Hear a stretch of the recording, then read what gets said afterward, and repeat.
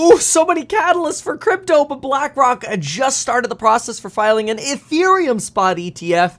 Woo, what's happening? Let's get into the video. Holy smokes, there's talk about Bitcoin tripling. I think next stop, 42,000. Tom Emmer just threw in a wild amendment into a House resolution for financial services spending. Let's start there. This is wild. Look at this. This is HR 4664. Tom Emmer, who's been a big crypto supporter. Page 30 is what you want to go to. Drop on over to page 30. What are you going to get here? Look at this. Section 131. This is in a proposed legislation document here.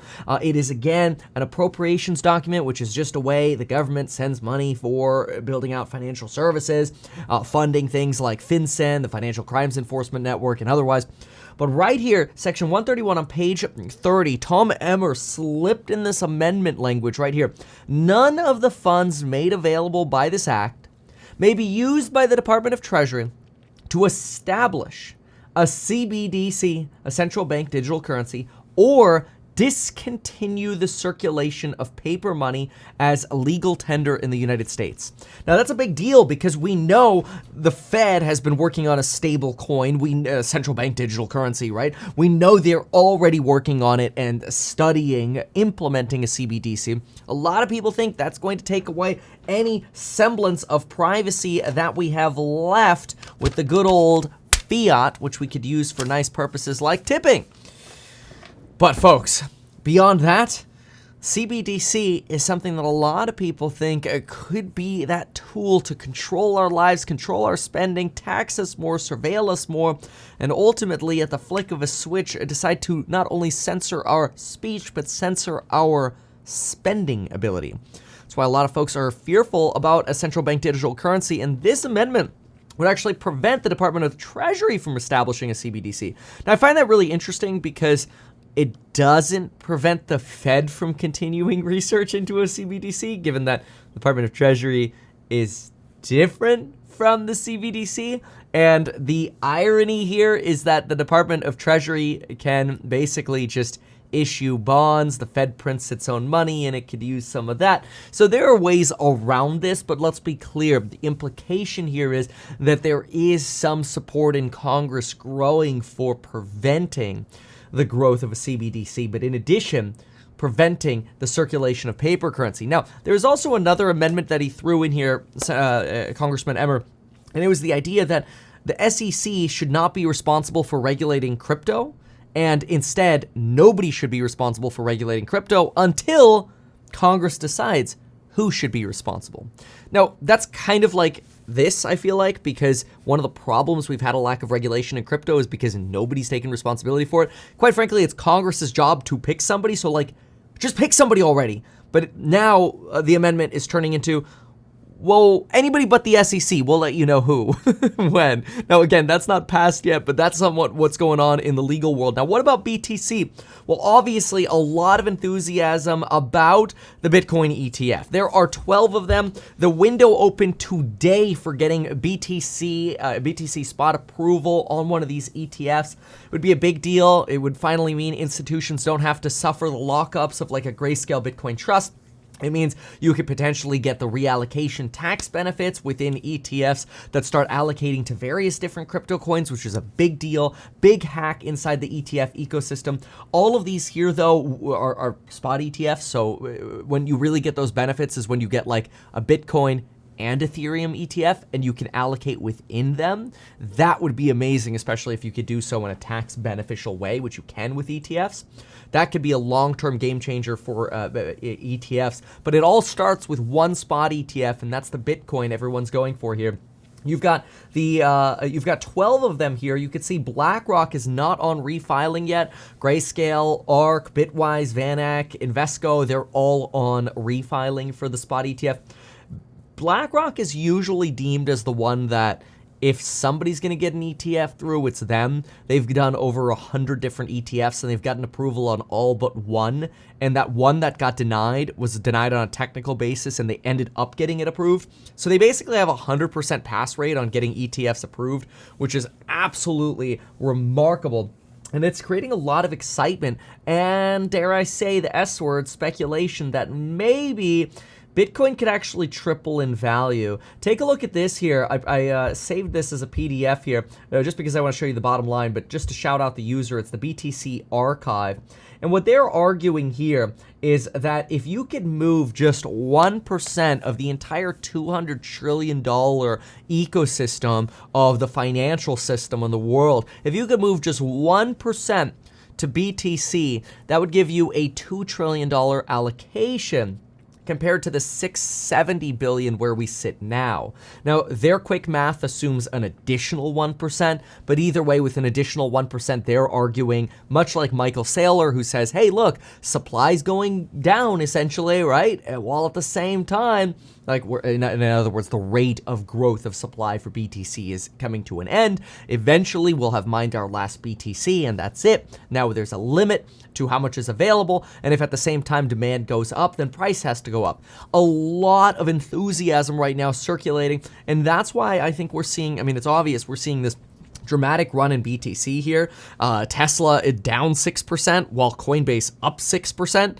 This heavily driven by interest rates on Tesla and BTC for Coinbase, which I have to say, Cathie Wood played a little bit of 4D chess over here. Not a bad move. Look at what she did.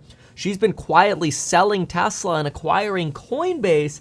And of course, her custodian for her ETF is Coinbase. So it's almost kind of like we get our ETF, we bring more business to Coinbase, then our Coinbase stock goes up. Kind of a brilliant 4D chess move there. Not a bad move, Cathie Wood. But I have to say, there is so much enthusiasm right now for BTC pushing up. Right now, we're struggling in no man's land to break that 38,000 level that we just hit, just actually within the last 24 hours here. Now we're struggling just above that 36 level, which is one of our fib retracement levels. I personally think we'll probably push up to about 42 before we really get rejected in earnest again. I do think there is some near-term downside risk, though, after ETF approval, mostly because I think the available capital to actually inflow into BTC will exhaust itself relatively quickly within about the first week of these ETF approvals, and we'll probably see a little bit of a momentum bleed and maybe a retracement. So personally, I think there could be an opportunity, and it depends how markets move. But if we get a bad CPI or jobs report between now and the end of the year, I wouldn't be surprised to see a pullback in risk assets. Let's say the ETFs are approved, we get a pullback to maybe 30K, could end up being an entry point as we drop back to one of these fibs, somewhere either the 28 fib or the support line around 31. Somewhere around there, wouldn't surprise me. And then we're looking for that longer term volatile Nike swoosh of just risk assets. I believe that's likely, especially as expectations of inflation cool. Remember, even though originally in the cycle, Bitcoin was believed to be an inflation hedge, I don't see it as that. I see it as more of a diversifying risk asset, and that's what we're getting in a BTC, in my opinion. So what does that mean? Rates down, BTC up. If it's then with a Bitcoin ETF, great. That could drive some inflows. Right now, we're getting short liquidations, pumping the price temporarily. That's, I think, why we went to 38K. A few $100 million of short liquidations in the last 24 hours.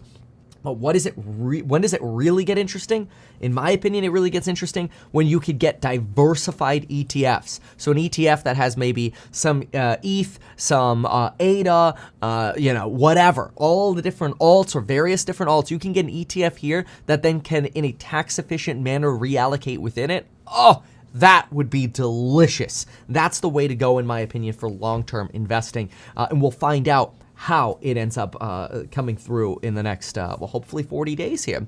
We are in a 9-day window now, but Bloomberg Intelligence is providing an over 90% chance, based on their opinion, of course, but also their analysis, that we'll end up getting a Bitcoin approval, a Bitcoin ETF approval within or before the second week in January. At the same time, now Hong Kong looks like they potentially want to try playing catch up. Hong Kong mulling allowing a spot crypto ETF in pursuit of an Asia hub. Really interesting given the bans by China. Of course, Hong Kong, an autonomous region, semi-autonomous within China, so they have sort of their own playbook. But interesting to see that contrast between China and Hong Kong. although not surprising since you're substantially more capitalistic in Hong Kong. So that gives us some pretty substantial updates here and exciting things to look forward to. One more thing I want to say is I listened to the Economist's podcast interview with CZ. I have to say, I mean, I've had my criticisms of CZ, but I have to say, it was a good interview. He did a great job. He was very professional. And one of the things I thought that was very interesting about what he said was with crypto, this last year has really been about recovery. We haven't even really seen much product innovation or coin innovation. We're still in that developing cycle for crypto, and this is just the normal sort of up and down movement of crypto as we wait for more development and more project expansion. So he sees this as nothing major happening this year. It's a recovery year. It's okay. This is normal in the cycle. It's normal in the process. So honestly, I had to say, interview with CZ, pretty impressive. So good job, Economist. Anyway, if you want to learn more from me, check out the New Burst Pro crash courses. We've got a lot of them that are being released within the next 6 weeks. Can't wait to bring them out to you. So check those out. Go to meetkevin.com to learn more about those. Price goes up Friday evening. Thanks so much, and we'll see you in the next one. Goodbye.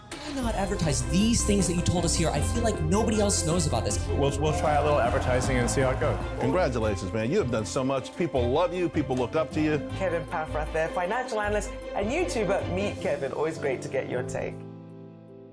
Now I have to read you a legal disclaimer. Even though I'm a licensed financial advisor, licensed real estate broker, and becoming a stockbroker, this video is neither personalized financial advice nor real estate advice for you. It is not tax, legal, or otherwise personalized advice tailored to you. This video provides generalized perspective, information, and commentary. Any third-party content I show should not be deemed endorsed by me. This video is not and shall never be deemed reasonably sufficient for the purposes of evaluating a security or investment decision. Any links to promoted products are either paid affiliations or products or services we may benefit from, like my courses or my actively managed ETF, which you can learn all about at meetkevin.com. I do personally manage an ETF and I do hold various long positions, including those potentially made in this video. However, I have no relationship to any issuers, nor am I presently acting as a market maker.